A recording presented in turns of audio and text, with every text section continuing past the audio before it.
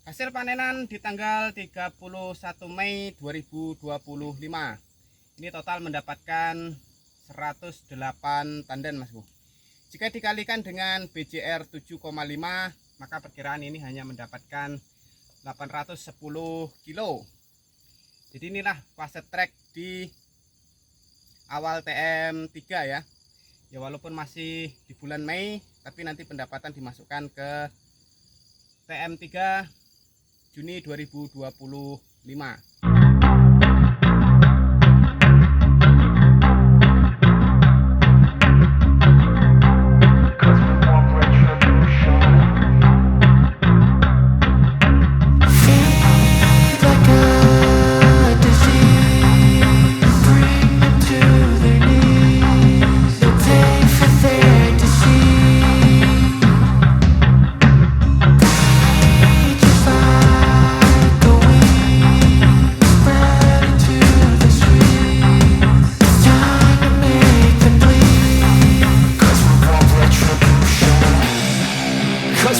Retribution. Oh yeah, we want retribution. Panenan untuk tanggal 31 Mei 2025, Mas Bu. Jadi ini hasilnya. Jadi karena bulan Mei ini sampai tanggal 31, untuk panenan hari ini saya masukkan untuk basis data di TM3.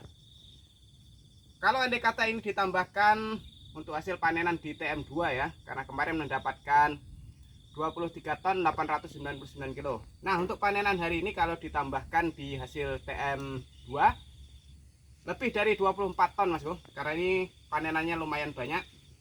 Secara berat tandan pun sekarang sudah lumayan besar. Ini berkisar antara 17 hingga 20 kilo. Tapi enggak semua. Sebagian yang di buah-buah pucuk juga enggak terlalu besar. Seperti ini. Ini memang belum terlihat masak sempurna, tapi kalau ditunda nanti 15 hari ke depan habis berondol saja. Jadi saya ambil saja. Mas Bu. Jadi untuk panenan tanggal 31 Mei ini akan dimasukkan datanya untuk panenan di TM3. Jadi ini panen perdana di TM3. Sekarang kita cek dulu ke batangnya, Mas Bu. Setelah memasuki TM3, karena ini memasuki musim trek ya. Sebagian ada buahnya yang banyak, sebagian juga ada zong, habis total. Kita cek dulu ke sini. Ini yang murni buah TM3. Jadi sekarang tandanya juga sudah lumayan besar-besar. Ya, mudah-mudahan untuk target di TM3 ini 27 sampai 28 ton lah. Kalau beruntung ya nanti tembus di angka 30 ton. Itu target realistisnya saja, Mas Bu. Dengan BJR antara 9 hingga 10 kiloan. Target untuk TM3. Kita cek sini, Mas Bu. Ini yang masuk performanya lumayan. Jadi kemarin ini habis duluan waktu di TM2, kemudian muncul bunga betinanya juga jauh lebih cepat. Maka sekarang jumlah tandan yang keluar sudah lumayan full. Ya lumayan lah. Ini sudah ada pandangan untuk stok TM3. Kita cek yang sebelah sana. Jadi untuk yang batang satu ini berapa bulan yang lalu mengalami kekurangan borat. Setelah diberikan borat udah kembali normal. Kita cek dulu. Ini ya. Jadi buat teman-teman yang mengalami daunnya keriting seperti ini merupakan gejala defisiensi unsur hara boron. Ya walaupun saya memberikan NPK itu ada unsur hara boronnya 45 gram ya, tetapi ini masih masuk kategori kekurangan. Bisa jadi ya karena dimakan gulma jadi nggak terlalu efektif. Setelah saya tambahkan borat tunggal 46% sebanyak 50 gram. Jadi untuk yang di atasnya sudah kembali normal kembali.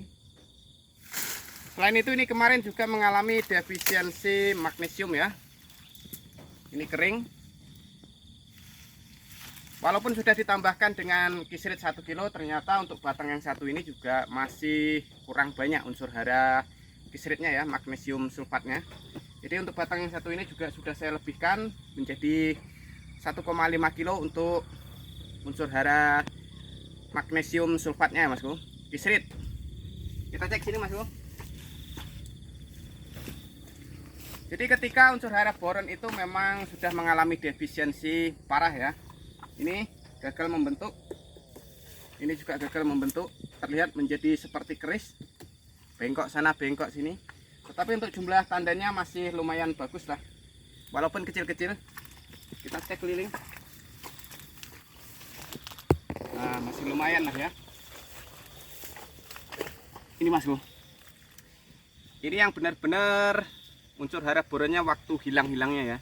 Jadi pelepahnya ini tidak dapat tumbuh dengan baik. Kita lihat sampingnya lagi. Ini yang mengalami kegagalan, ini juga masih ya. Ini ya, pendek. Kemudian di sampingnya ini pelepahnya pendek sekali. Hanya segini Mas Bro. Jadi ketika mengalami defisiensi unsur hara boron, pelepah itu tidak dapat tumbuh dengan baik. Nah seperti ini contohnya. Ini pendek, ini sedikit memanjang, ini sudah mulai ada daunnya, sekelilingnya pun mulai tambah panjang lagi. Jadi setelah ada pengaplikasian borat tambahan 50 gram, mulai ada perubahan dari pertumbuhan daun tombaknya. Nah di atasnya sudah kembali normal kembali.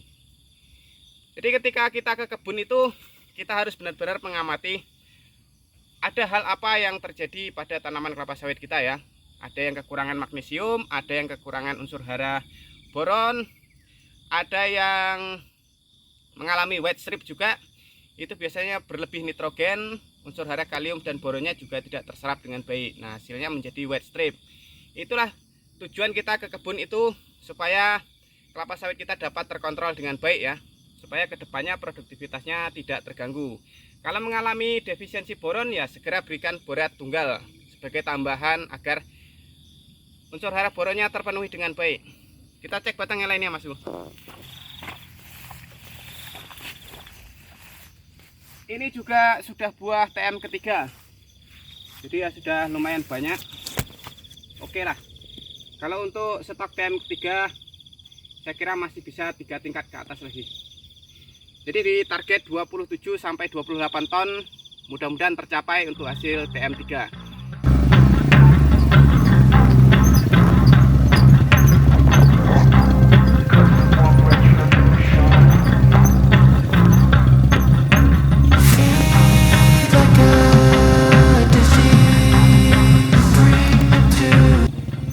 Kita cek yang di atasnya sana.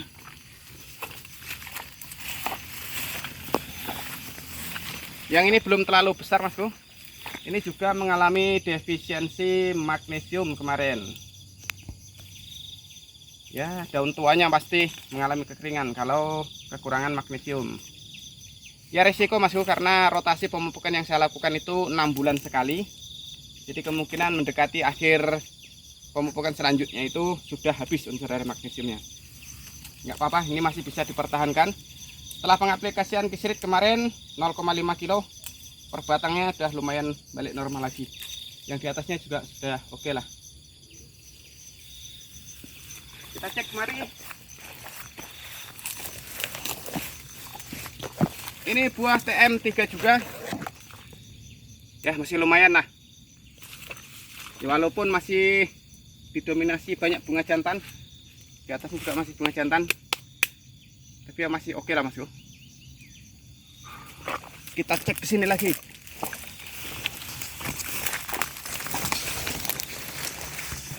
Nah ini hasil panenan hari ini. Ini ya.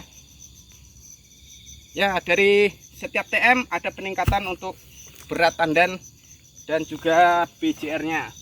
Jadi teman-teman nggak usah ragu dalam proses pemupukan ya. Ini sekitar 12 hingga 15 kilo ada ini. Ya lumayan lah. Ini juga lumayan. Yang kecil juga ada Mas Bro. Jadi kita setransparan mungkin saja. Ini yang kecil.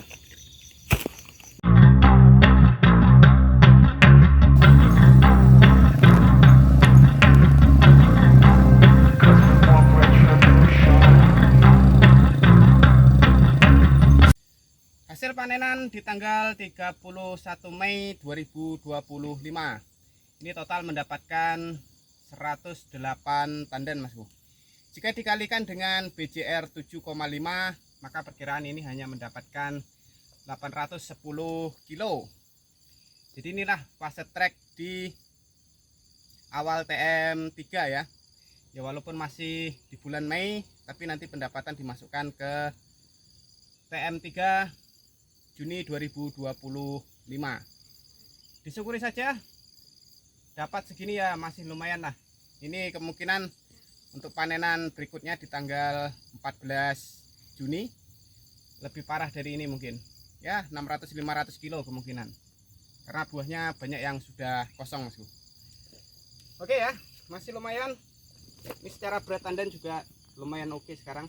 Ya walaupun masih ada yang kecil-kecil, tetap disyukuri saja Masku. Tinggal ditunggu kita berangkat ke Ram lagi. Mobilnya tinggal menjemput ke sini.